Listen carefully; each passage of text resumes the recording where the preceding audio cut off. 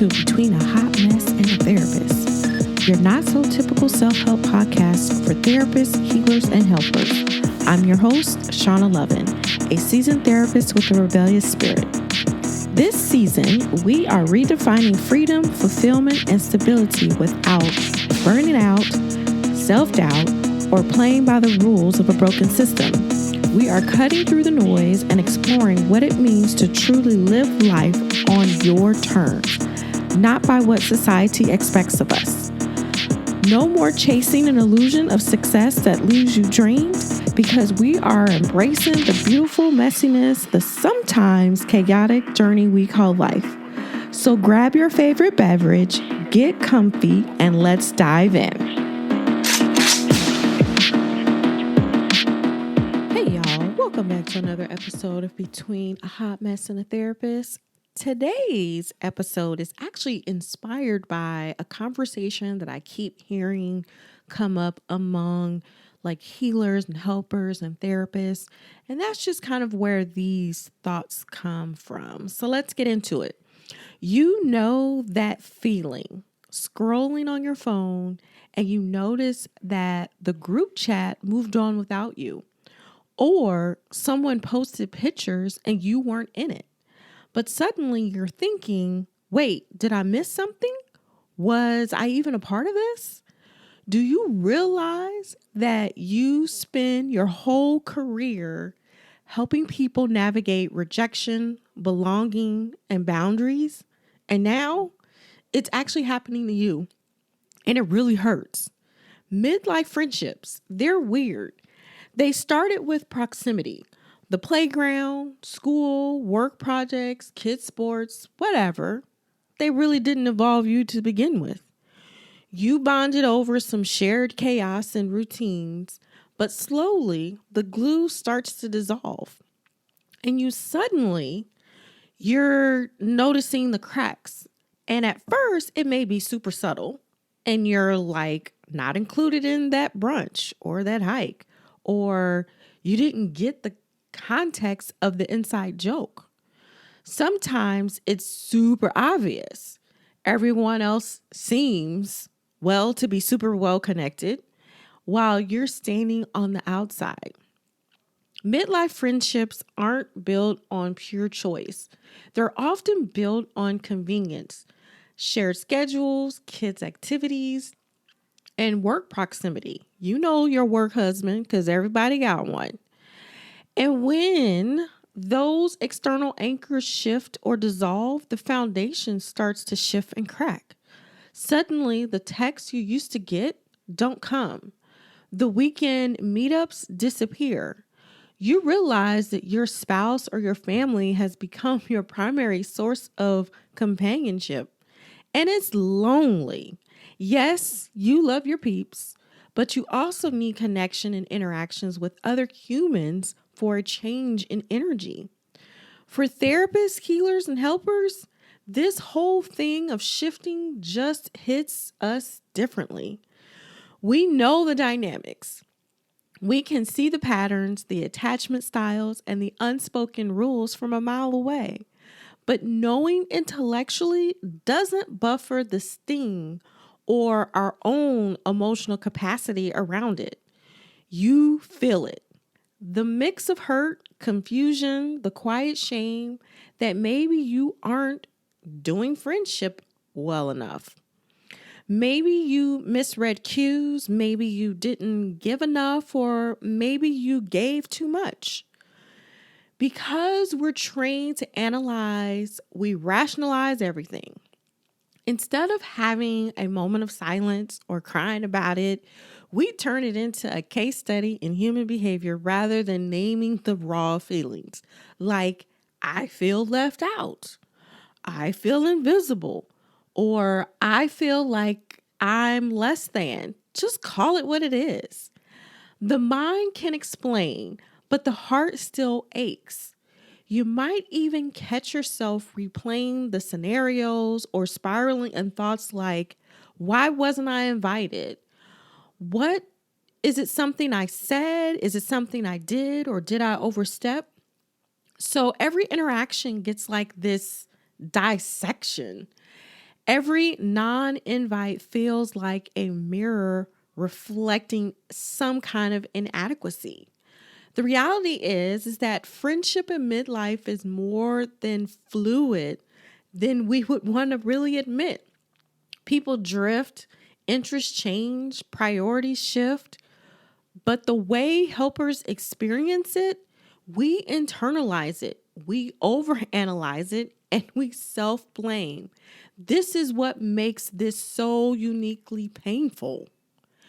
But there's some kind of darker undercurrent here that a lot of people don't want to talk about. Part of what you want to yell out is, why didn't you include me? But you don't say that. Instead, you swallow it. You maintain like this polite exterior and maybe even overcompensate in a group the next time you see them. You might smile, laugh, offer help, or text first, trying to reclaim this connection that feels like it's just slipping away. Underneath it all, we carry some level of guilt, shame, and self-judgment. You berate yourself for feeling hurt while thinking, I should be above this. I should be a mature one. I should know better. But instead, you judge yourself for wanting attention, validation, or inclusion, even though that's not being like human. That's not it. You might notice yourself changing in the group without realizing it. You may become smaller, quieter, and more cautious, protecting your heart while you're still trying to belong. Or maybe you overperform your helper role, soothing tensions, anticipating needs, mediating some kind of crazy dynamics. You're showing up as the professional, the fixer, the neutral one, but not fully yourself. There's this loneliness in all of that, a creeping resentment, a subtle erosion of authenticity. And I know you can see the dynamics clearly. You can't even chalk it up to like childish drama or some kind of like misunderstanding. You're stuck observing your own humanity with some ruthless clarity. Again, it starts subtle. Maybe it's that quick tightness across your shoulders when you hear laughter over Zoom and you weren't invited. Maybe it's that hollow pit in your stomach when you see a text thread that you weren't included. You catch yourself like tensing your jaw mid laugh or forcing a smile because you're trying to look fine. But inside, your nervous system is just screaming. Your heartbeat may speed up. You may have racing thoughts that says, did I miss the cue? Did I overstep or am I not enough?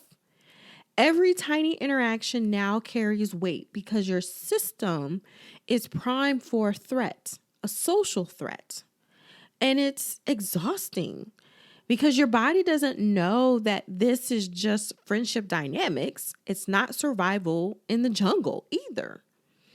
Some of us get stuck here because we spend decades training ourselves to hold space for others' trauma, their rejection, their messy emotions. And we forget we're allowed to feel our own shit.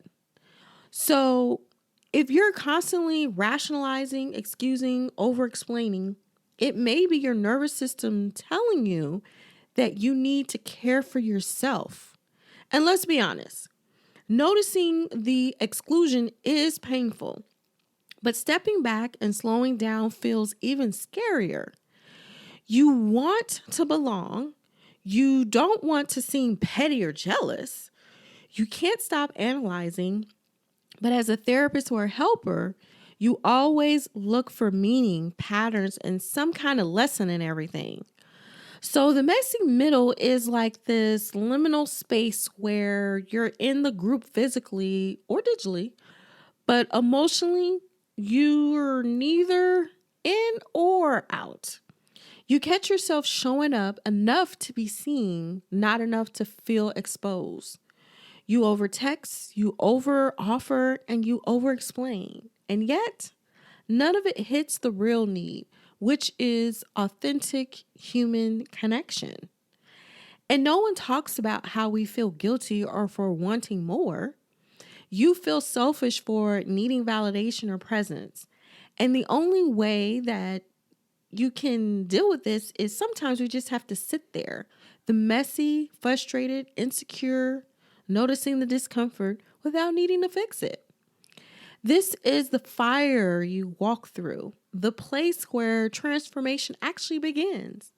Not when everything feels perfect, because we all know perfect is a freaking illusion. Not when you're having control, because we know that we can't control nobody but ourselves.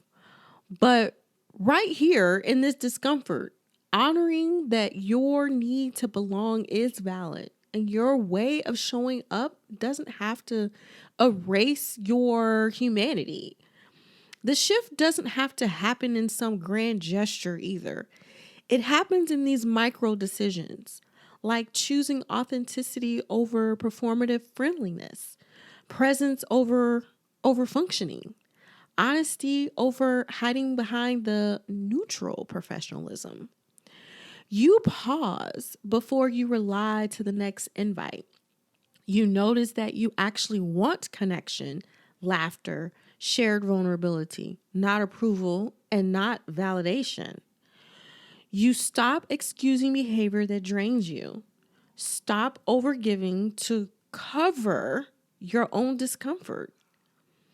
At some point, you realize that your role isn't to fix the dynamic, mediate the tension, or rescue the group from discomfort. Your role is to steward your own energy, honor your boundaries, and show up as yourself, messy, human, and imperfect. You may participate less, you may speak differently, you may even disappear from spaces that no longer serve your growth. And this is it. This is not about the rejection. It's more about like the liberation of it. This is a pivot that's not like a one-time epiphany. It's a practice of noticing, naming, adjusting, breathing, choosing alignment over approval, and showing up for your own nervous system instead of everyone else's expectations. Freedom in friendship isn't about avoiding pain or making everyone like you, because you know they're not. It's about being fully present in your own body, grounded in your own energy, and aligned with your own truth. It's noticing the subtle ways your body reacts, like the tightness, irritation, anxiety, and responding to that with care instead of control. It's choosing your moments of engagement intentionally, not from guilt or obligation. It's practicing radical acceptance, letting go of the idea that you have to perform or to even fix the relationship to matter. Let go of the professional shoulds that don't serve your heart. Letting go of measuring your worth by the number of invites that you actually receive or how others perceive you. And here's maybe a novel idea. When you stop over-functioning, over-explaining, and overcompensating, you actually create a space for authentic connection. You stop competing for belonging and start embodying it.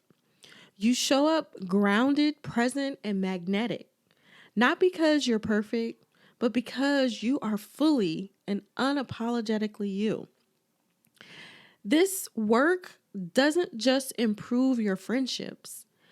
It informs how you show up in your work, with your clients, in other relationships, and just in your life in general.